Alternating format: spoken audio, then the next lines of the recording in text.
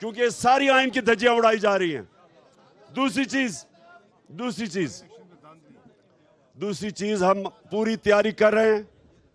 इनको election commission जो by election के अंदर हमारे सामने चीजें आ रही हैं, हल्का बंदियां के अंदर इन्होंने बैठ के पूरा प्लान बनाया नून लीग से पंजाब में इलेक्शन धांधली से जीतने का, क्योंकि इनको पता है कि वैसे तो ये अब इलेक्शन जीत नहीं सकते। पब्लिक में जब भी जाएंगे,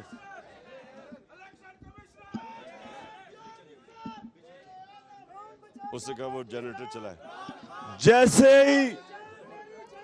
जैसे ही ये पब्लिक के अंदर जाएंगे, वो कौन से दो नारे सुनेंगे? ये चोर और दूसरा गद्दार इलेक्शन कैंपेन। तो लिहाजा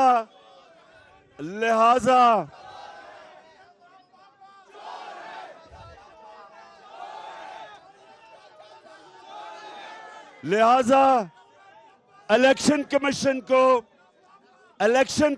को साथ मिला के अब ये धांधली करके कोशिश कर रहे हैं कि ये इलेक्शन जीतेंगे। इनका वो हाल होगा कि मैं आपको एक बात बताऊं, ना पाकिस्तान हिंदुस्तान में जीता था जब मैं क्रिकेट खेलता था, ना वो यहां जीतते थे, अपने अंपायर होते थे, वो अंपायर ही नहीं जीतने देते थे। हम वाहिद टीम पाकिस्तान की लेके गए कि हिंदुस्तान के अंपायरों के बावजूद जीत के आए। अब इनको भी इंशाल्लाह हराएंगे इलेक्शन कमीशन के बावजूद। अच्छा जी, और सुने जरा, मैं अब दो तीन चीजें बड़ी जरूरी। गवर्नमेंट, ये कभी नहीं हुआ कि एक गवर्नमेंट जो बड़े मुश्किलों से एक बैंकक्रप्ट इकोनॉमी लेके फिर कोरोना के बावजूद मुल्क को उठा के 5.6% तीसरे साल और 6% इकोनॉमी ग्रो कर रही है चौथे साल। ये कभी नहीं हुआ कि उस गवर्नमेंट को जो मुल्क संभाल चुकी थी उसको गिरा के इन चोरों को ऊपर लाओ। और वो जो चोर जब से ऊपर आए हैं इंपोर्टेड बाहर के एजेंडा लेके, आप जरा हालात देखें। सबसे पहले तो महंगाई का देखें कि मैंने पाकिस्तान की तारीख में कभी ऐसी महंगाई नहीं देखी। हमने कभी ऐसी महंगाई नहीं देखी। कभी भी पेट्रोल, डीजल, बिजली, गैस कभी ऐसे नहीं बढ़ी। दूसरा, मायशत, हमारी रेटिंग जो इंटरनेशनल इदारे रेट करते हैं, मूडीज, वो माइनस में चली गई है, अनस्टेबल पे। इसका मतलब कर्जे नहीं लिए जाएंगे। और सबसे खौफनाक चीज ये जरा सुने, वापडा जो बॉन्ड फ्लोट करती थी, जिसके ऊपर वो कर्जे ले रही थी, डैम्स बना रहे थे जो हम, जब से इन्होंने जनरल मुजम्मल को, ये शहबाज शरीफ ने उसको जब रिजाइन करवाया, तो ये जरा सुने, अब वापडा की रेटिंग माइनस में चली गई है। इसका मतलब कि वापडा को अब कर्जे नहीं मिलेंगे। इसका मतलब कि जो हमने इस मुल्क में 50 साल के बाद डैम बन रही थी, इस मुल्क में पानी का सख्त मसला बना हुआ है। इस वक्त किसानों का सबसे बड़ा मसला पानी का है। डैम्स बना रहे थे पानी रोकने के लिए, रिजर्वॉयर्स बनाने के लिए। अब जब से ये इंपोर्टेड हुकूमत आई है, हमारा जो क्रेडिट रेटिंग वापडा की वो नीचे चली गई है। इसका मतलब अब कर्जे नहीं मिलेंगे। इससे सबसे खौफनाक चीज आ गई है कि डैम्स के लिए जब कर्जे नहीं मिलेंगे वो रुक जाएंगी। और ये इतनी 50 साल के बाद डैम्स बन रही थी। मैं सिर्फ बता रहा हूं कि इनके आने से माशत भी नीचे, महंगाई भी बढ़ गई, और आगे मजीद जो मुल्क का मुस्तकबिल है वो खतरे में है। मैं ये आज कहता हूं,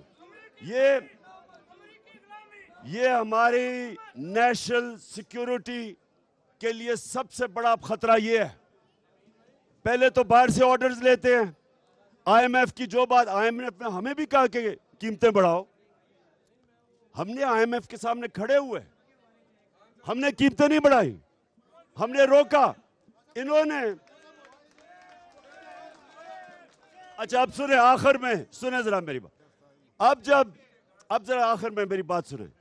यहां ये हो रहा है कि जब आप पहले तो ये मुल्क का तबाही की तरफ लेके जाएं, पहले ये साजिश के तहत आए, उसके बाद चोर ऊपर बैठ जाएं, वो नैब के अपने केसेस खत्म करवाएं, FIA के केसेस खत्म करवाएं, और उसके बाद हम एहतजाज करें तो हमें डंडों से, जिस तरह इन्होंने मार्शल लॉ में इस तरह के मारा नहीं जो इन्होंने हमें मारा है, जिस तरह इन्होंने औरतें बच्चों पे टेयर गैस की। मैंने किसी जमहूरियत के अंदर कोई तस्वर भी नहीं कर सकता कि औरतें और बच्चों के ऊपर इस तरह जिन्होंने टेयर गैसें की, घरों में जा के रात को औरतें थी उधर गिरफ्तारियां की। और अब बजाय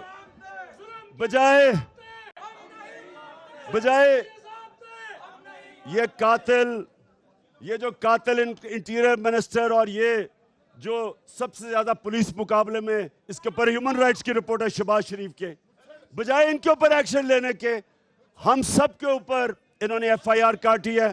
और इनकी कोशिश, ये सुन ले जरा, बुकले आपके लिए इंपॉर्टेंट है, इनकी कोशिश ये है कि इमरान खान को किसी तरह किसी केस में बंद करो ताकि ये सारी तहरीक रह जाए। मैं आपको ये कह रहा हूं, आप सब ने तैयार रहना, सब तैयार रहे। हमने किसी सूरत अपनी हकीकी आजादी की तहरीक, चाहे ये जेलों में डालें या जो मर्जी करें, ये अब तहरीक खत्म नहीं होगी जब तक साफ और शफाफ इलेक्शन की अनाउंसमेंट नहीं होती। आप जरा बताएं, तैयार हैं आप सारे इस तहरीक के लिए? इंशाअल्लाह पाकिस्तान जिंदाबाद।